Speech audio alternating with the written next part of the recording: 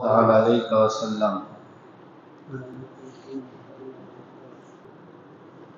الحمدللہ رب العالمین والصلاة والسلام علی سید الانبیاء والمرسلین، اما بعد فاعوذ باللہ من الشیطان الرجیم، بسم اللہ الرحمن الرحیم۔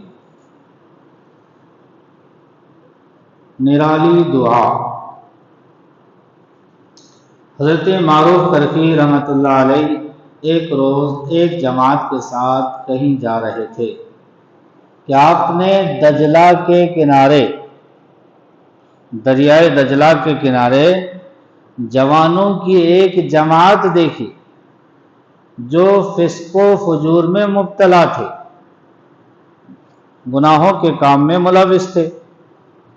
آپ کے ہمراہیوں نے عرض کی، حضور ان کے لیے دعا کیجئے تاکہ خدائے تعالی ان سب بدمعاشوں کو غرق کر دے اور ان کی نحوست پھیلنے نہ پائے۔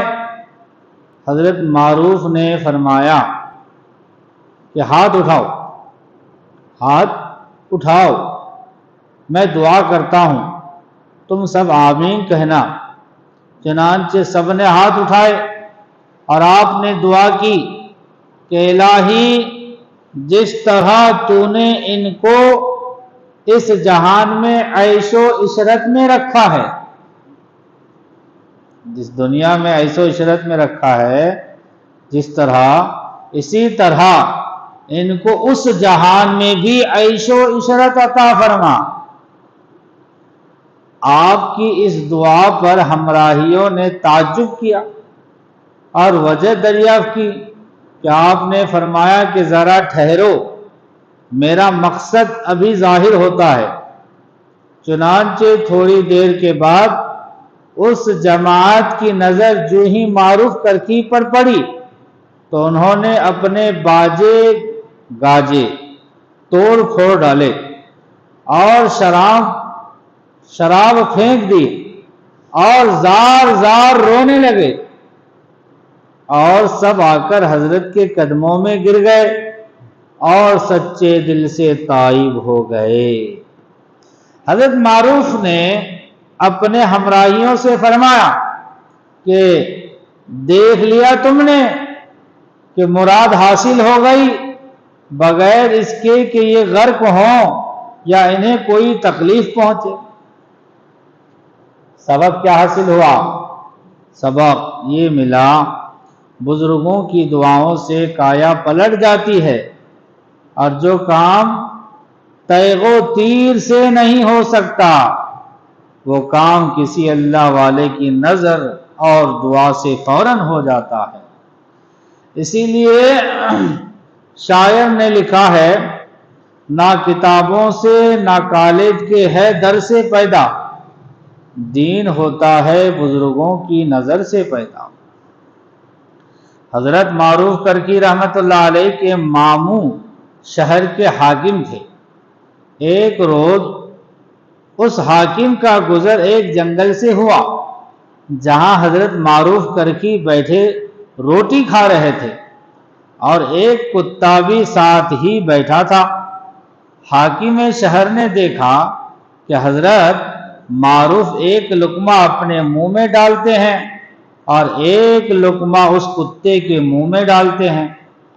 آپ کے ماموں نے دیکھ کر کہا کہ تمہیں شرم نہیں آتی کہ ایک کتے کے ساتھ روٹی کھا رہے ہو؟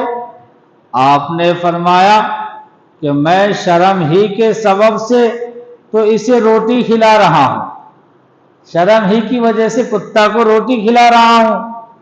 آپ نے سر اٹھایا اور ایک پرندے کو جو ہوا میں اڑ رہا تھا آواز دی، وہ پرندہ حکم پاتے ہی نیچے اتر آیا، آپ کے ہاتھ پر آ بیٹھا، لیکن اپنے پر سے اپنا منہ اور اپنی آنکھیں چھپا لی۔